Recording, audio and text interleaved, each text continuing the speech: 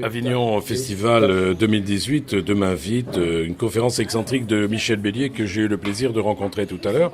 Alors une pièce de théâtre tout à fait étonnante parce que c'est un texte, allez, qui est, j'allais dire, plein de dynamisme, peut-être également un texte qui vise le progrès, en tous les cas, qui un optimisme terrible malgré la situation, puisque l'action se situe au départ en 1914. Vous vous souvenez peut-être que c'était une épreuve pour tout le monde en Europe, en tous les cas. Jean-François Zezerini, vous êtes avec moi, quel plaisir, parce que vous êtes comédien, mais vous jouez bien. Vous jouez bien, c'est pas facile ce rôle, c'est une gageure que de tenir ce rôle, c'est un monologue pendant 1 heure, c'est dur. Bon, c'est pas dur, effectivement. Enfin, après, moi, c'est pas la première fois que je fais l'acteur, ça fait 10 ans maintenant, mais par contre, c'est la première fois que je suis seul en scène, effectivement. Et je découvre un peu les plaisirs de ça, parce que c'est vrai qu'être seul en scène, c'est beaucoup de texte, mais à la fois, c'est aussi beaucoup de liberté. Et donc, c'est un vrai plaisir d'être tous les soirs avec ce personnage-là.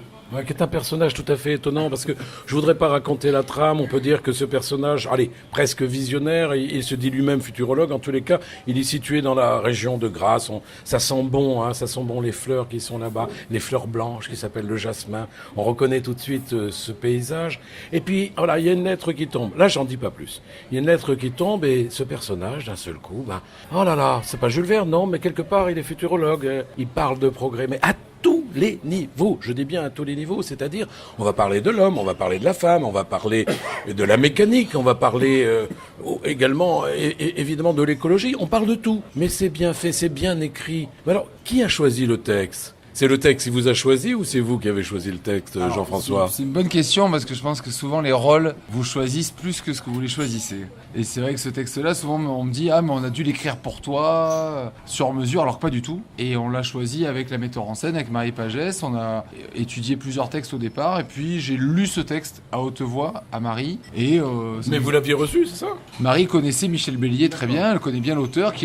Elle lui a dit « Tiens, on cherche un texte contemporain pour monter un seul en scène avec Jean-François ». Et donc il lui a dit tiens, j'ai un texte écrit dans mes tiroirs que j'ai jamais sorti, que j'ai jamais publié, qui a jamais été joué. Regardez si ça vous plaît. Alors moi j'ai l'impression de dire, attendez, là je parle à Jean-François Zezerini, mais j'ai envie de lui dire, vous êtes comédien, bravo. Mais ce texte vous va comme un gant. Oui, c'est pour ça, c'est vrai qu'il y a des gens qui pensent que ça a été écrit sur mesure, alors que pas du tout. Alors pourquoi il m'irait comme un gant ? Parce que ça parle de nouvelles technologies, mais à part ça... Non, je parle même pas de nouvelles technologies, parce que... Non, il vous va comme un gant parce que ça défend des idées de progrès, et que les idées de progrès, même si la femme est un petit peu oubliée dans ce contexte de 1914, et c'est tout à fait naturel, mais je crois que finalement ça vous convient. Avancez toujours et dire... Vous avez dit une phrase étonnante par le texte de Michel, vous avez dit, attention, le progrès aussi peut se détruire, mais l'homme sera là pour le reconstruire. C'est-à-dire, on va faire attention à la machine. C'est bien ça.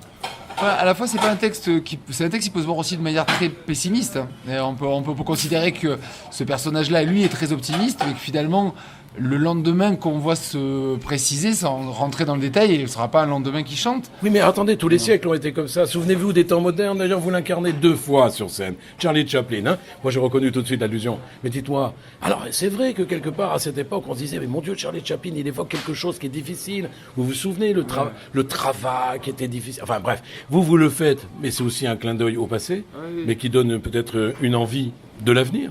En fait, quand on est acteur, je crois que ce qu'il faut surtout faire, c'est pas expliquer le texte. Je veux dire, sur scène. C'est pas à vous de le faire, c'est à moi. Il faut porter le texte, être à son service. Et je pense qu'on peut le voir comme quelque chose de effectivement très optimiste, comme quelque chose de très négatif. Et c'est ça qui fait la richesse de ce texte-là et la densité du texte. C'est qu'on peut dire, ouais, finalement...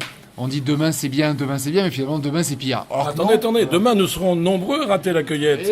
Eh oui, demain nous serons nombreux à rater le début de la cueillette. Hein, je me souviens de ça. Mais c'est vrai que c'est pour ça que c'est un texte qui est assez ouvert, parce qu'à la fois on rit assez régulièrement dans le texte, c'est un texte qui peut faire beaucoup rire, à la fois c'est un texte qui est très émouvant. Alors pour un acteur, c'est vrai que c'est fabuleux, parce qu'à la fois moi je joue plusieurs personnages. Ah oui, attendez, il joue plusieurs. Attendez, je vous coupe, parce que il est directeur à un moment en futurologie. Il faut le dire, ça, quand même. Directeur en futurologie. C'est quoi, ça ? Enfin, il est futurologue, donc il dit qu'il est professeur en futurologie, mais enfin, en tant qu'acteur, moi, là, il rencontre pas mal de gens dans le train, il lui arrive pas mal de choses, et c'est vrai que c'est... faut pas tout raconter, hein. On raconte rien, mais c'est vrai que c'est passionnant pour un acteur d'avoir autant de choses à jouer et autant de modulations. Et toutes ces modulations peuvent effectivement être à la fois très pessimistes et très négatives. Voilà. Alors, Pour moi, tout parle de progrès en tous les cas dans ce texte. Pour moi, c'est ça. Oui, tout parle de progrès. On parle même d'un boîtier qui peut vous faire voyager avec des visions de paysages, des couleurs, etc. Même si vous êtes dans un train qui est à l'époque déjà à vapeur, hein, c'est ça. Et on parle déjà d'électricité, on parle déjà, enfin, d'aéronef. Allez, j'en dis pas plus parce que j'ai envie que vous alliez voir cette pièce. Bien, écoutez, moi, j'ai découvert Jean-François Cesarini dans un autre rôle, celui de comédien. Hein, c'est formidable, allez le voir, c'est au Cabestan tous les soirs, si je ne me trompe pas, à 21h15, c'est ça? Exactement. Ça dure 1 heure? Sauf le mardi. Ah, le mardi, pour d'autres raisons, parce que vous avez bien le droit de vous reposer. Voilà, c'est dit, c'est fait. Oui, en plus, c'est la loi. Oui, mais attendez, alors là, Et le président Pierre Béfet, le président du Off, tient absolument à ce qu'il y ait un jour de relâche, il a bien raison. Écoutez, on en parlera hors antenne. Je vous aime, je vous embrasse. C'était Pierre-Patrick pour Friendly Radio et Tenda Yar Media, vous savez, la radio qui monte de plus en plus vite en présence de Jean-Jacques, notre technicien photo, et d'autres amis qui sont là. On applaudit bien fort, s'il vous plaît. Voilà, c'était extraordinaire. Merci.